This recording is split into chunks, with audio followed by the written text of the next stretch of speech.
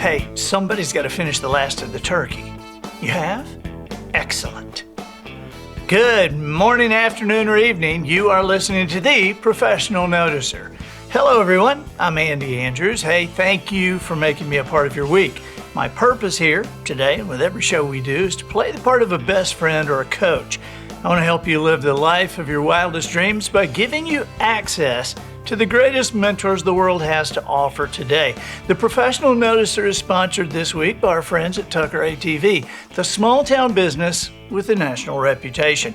You know, the sheer variety of power sport products at Tucker ATV will blow your mind. They carry the Hustler turf equipment, the entire line of Echo power tools, and of course, Tucker ATV carries every make and model of Polaris ATVs. You have to see the showroom to believe this place. The taxidermy, the antique displays, along with a customer service porch, a real porch inside with a porch swing, comfortable chairs, television, and free coffee. Tucker ATV treats customers like family, which is why folks from 14 states have done business with Shannon and Lisa Tucker. Like the Tucker ATV Facebook page or visit Shannon and Lisa in person. The showroom is on Highway 43 North in Jackson, Alabama. Tucker ATV, the small town business with the national reputation. Okay, observations and answers. That's what we do here. And today the task is mine. As we move toward the new year, I thought I'd handle this episode by myself, make a few observations, and let's see if you and I can find some answers together. You remember when you were a kid and you played hide and seek?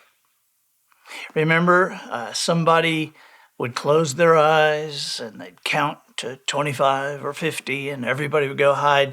And you remember what that person would say when they quit counting and opened their eyes? They would turn around and they'd yell, "Ready or not, here I come." Well, that's the new year. Ready or not, here it comes. And today, I'd like to set the stage for a session of very unusual thinking by first laying out a hypothetical scenario. Okay, are you ready? All right, here we go. Have you ever experienced the feeling that what everybody on the planet believes about a certain way of doing things is not quite right? Perhaps that feeling has just lingered outside your ability to understand exactly why you feel so uneasy. But you do feel uneasy every time the topic is discussed. Though years are passing and decades come and go, still that quiet something tapping you on the shoulder just never goes away. And finally you decide something is wrong, and I need to find out exactly what. Okay, this scenario I've just outlined almost perfectly describes my own lifelong distrust of goal setting. There, I finally said it out loud. Whew. You know, I've kept it a secret for so long. It's been me. It's been just awful. As an anonymously a non-participant and being forced to watch everybody else set goals and mostly not hit them. Just to be on record, I should probably say this clearly. Hi, my name is Andy, and I don't set goals. Okay, assuming you're still here, let's examine this process very closely. During my years of discomfort concerning goals and goal setting, because I could never put my finger on exactly what was bothering me and being similarly unable to articulate any specific concern, my public default was to simply smile and nod when the subject came up. After all, I didn't want to be a troublemaker. Still, I quietly avoided setting goals for myself, personally or professionally.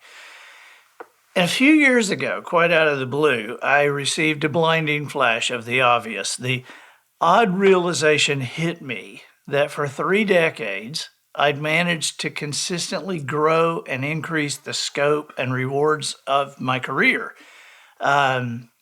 Consistent increase as you know, is a mark of success. And it's one that motivational speakers say only happens by setting goals. Fortunately, I'm not a motivational speaker. I remember hearing a famous person say, though, that nothing worthwhile survives without goals. But my career hadn't just survived, it had thrived. Not only that, my career had done so without goal setting, at least the kind of goal setting about which I'd always heard. And so, keeping in mind the advice Jones had once given me, which is you can't believe everything you think, I began a deep dive to the bottom of the pool concerning the whole concept of goals and goal setting. I wanted to dissect my instincts. I wanted to question my beliefs and assess my observations in a way that might allow me to find the truth about this popular practice. Was a specific goal critical to success? Was one goal or another at the foundation of all extraordinary achievements? Or if goals were not foundational, was goal setting necessary? Perhaps goal setting was necessary, I thought, but not as a foundation. Perhaps instead a goal is an essential waypoint with which one must connect in order to arrive at a chosen destination. Or maybe, I couldn't help wondering, maybe goal setting was a detour someone had long ago suggested. And now, without anyone being conscious, it had happened. Had that detour somehow become an interstate highway that no one knew how to exit? I was more than curious. Was it possible that a custom as culturally accepted as goal setting might fall into that other odd category of best practices I had uncovered? Might it be true, but not the truth? Is goal setting one of those things that works some of the time, but not all of the time? Obviously, I reasoned goal setting as a policy has worked enough to hang around as a familiar exercise. On the other hand, I was suspicious. Had this tradition become society's industry standard because no one had ever identified goal setting's Achilles heel? Check this out. Suppose in your everyday life, when driving to a particular destination, you frequently travel different routes. But at some point, transportation experts discovered a detour and proclaimed it the most productive way to make the trip.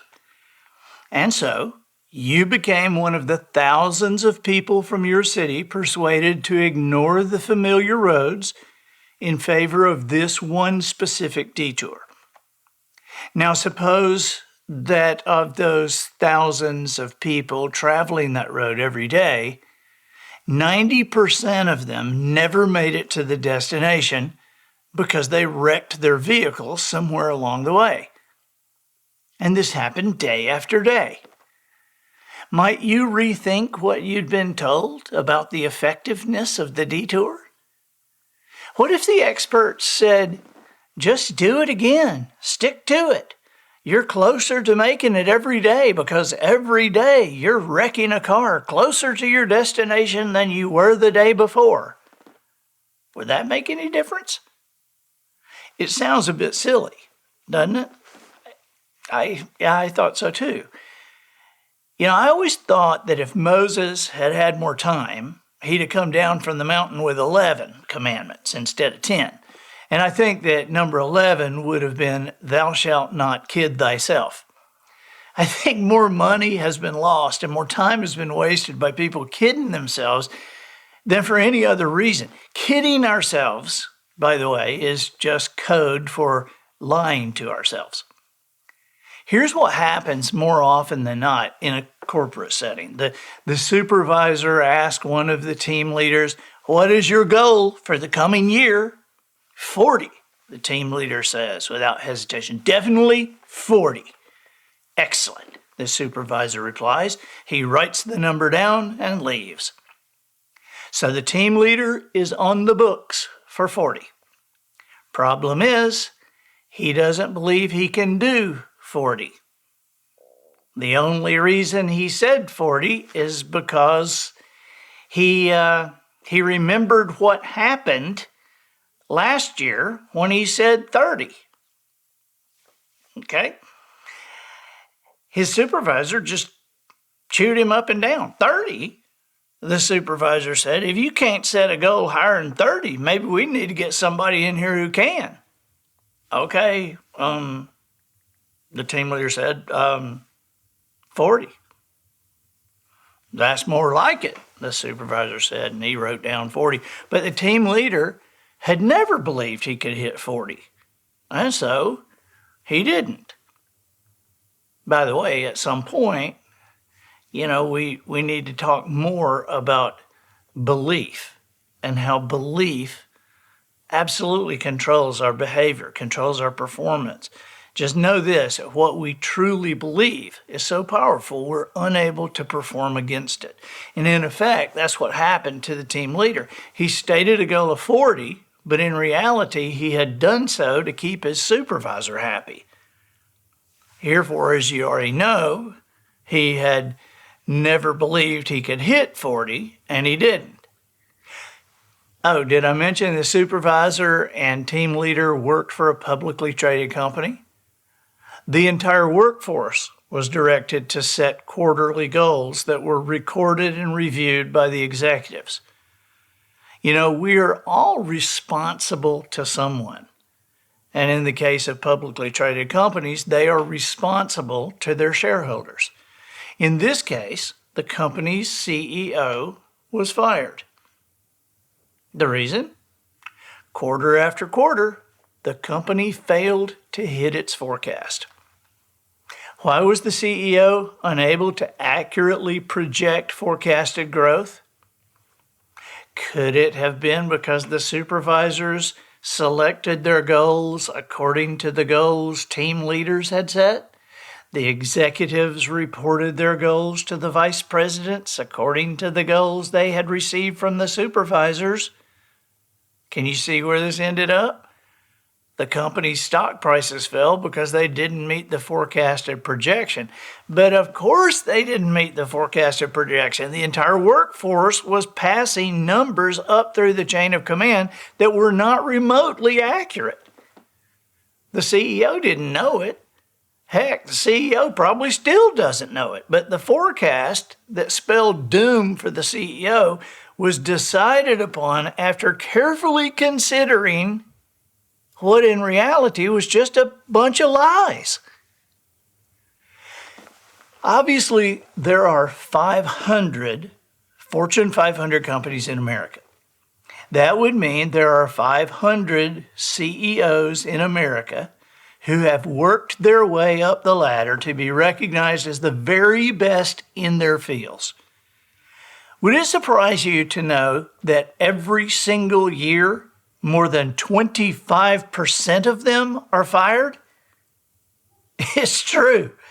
More than 125 of Fortune 500 CEOs, 125 of 500 CEOs are fired by shareholders every year. Is it because they don't hit their goals? Well, that has to at least be part of it, right? After all, if the company hit the CEO's forecast, that means the CEO hit the goal he publicly announced. The stock went up, shareholders were happy, and his highly paid job was safe. If the CEO hit his goal, surely many of those in the workforce did as well. But hitting goals, not hitting goals, the results of goal setting seems to be incredibly ambiguous, meaning sometimes it works, sometimes it doesn't. If that was how you described your car, sometimes it works, sometimes it doesn't, would you consider the vehicle reliable? If your dentist was Yeah, sometimes he can fix a tooth and sometimes he can't. Would you continue as a patient of that dentist? A guy once told me his life's goal was to play golf on the PGA Senior Tour when he turned 50. At the time, he said, he was 35 years old and a 2 handicap. He said, I have 15 years to get ready for the Senior Tour. Then he said, I wasn't good enough to play on the regular PGA Tour, but my scores are good enough for the Senior Tour, so I'll be ready for that.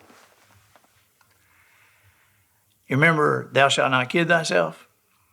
I congratulated him on his goal, but I was already thinking through what I had heard. Is that a goal, I wondered, or a dream? Remembering his age, 35, I checked some information on PGA players and found there were several, including Tiger Woods at the time, who were 35, which meant that when the guy I talked to turned 50, Tiger Woods would be turning 50. So what are the odds of him hitting that goal? Not good, I didn't think, even considering that he had 15 years to turn into a better golfer than Tiger Woods was. See, let's close this lesson down, this discussion down, this New Year's preview down by dialing in very closely and in a literal fashion.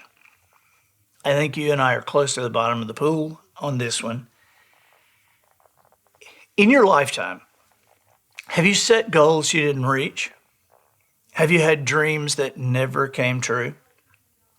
There's a concept that I believe contains more power than goals and dreams combined.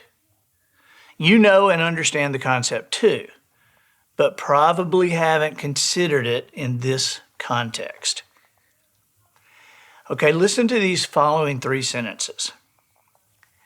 I have a dream to one day do 40 in a single year.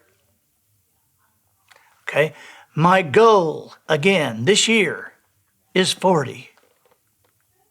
And here's the 3rd sentence. This year, I have a responsibility to produce 40. Now, which of those 3 concepts contains the weight of certainty?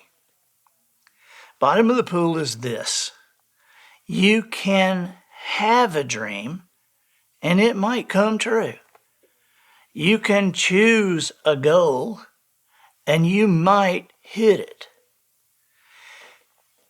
But when you make a decision to accept responsibility for the results you are about to produce, you'll get it done.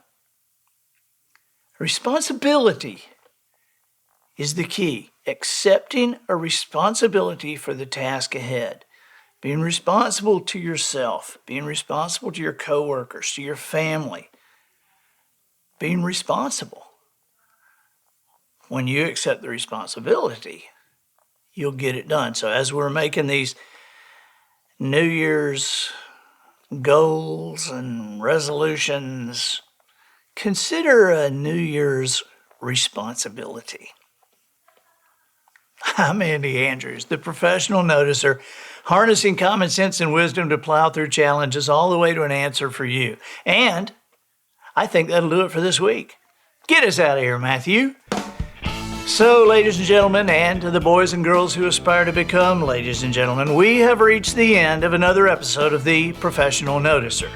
In a world where common sense has become a superpower, I'm harnessing what mental energy I have for you.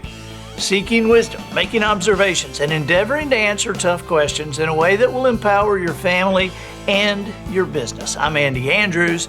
Until next week, goodbye. This episode of The Professional Noticer was produced by Matt Limpert. The Noticer theme written and performed by Sugarcane Jane. Black Eyed Peas provided for the cast and crew by Twinkle and Smoke of Beverly Hills. Additional financial consideration provided by dehydratedwater.com. Have you ever been on a long hike? If so, you'll know how heavy a canteen can quickly become. Finally, there is an answer to one of outdoor sports' biggest problems. From the same good people who brought you barefoot skis, introducing dehydrated water. At dehydratedwater.com, a small envelope of dehydrated water is all you need to make a gallon of pure, refreshing H2O. Carry it in your backpack or slip it into a pocket and hit the trail. When you get thirsty, simply pour the envelope's contents into a suitable container and add a gallon of water, then stir. That's all there is to it. In minutes, you'll be quenching your thirst with 100% reconstituted water, and you'll be doing so without an aching back. Choose the 10-gallon size for teams and work crews. That's dehydratedwater.com. Don't delay.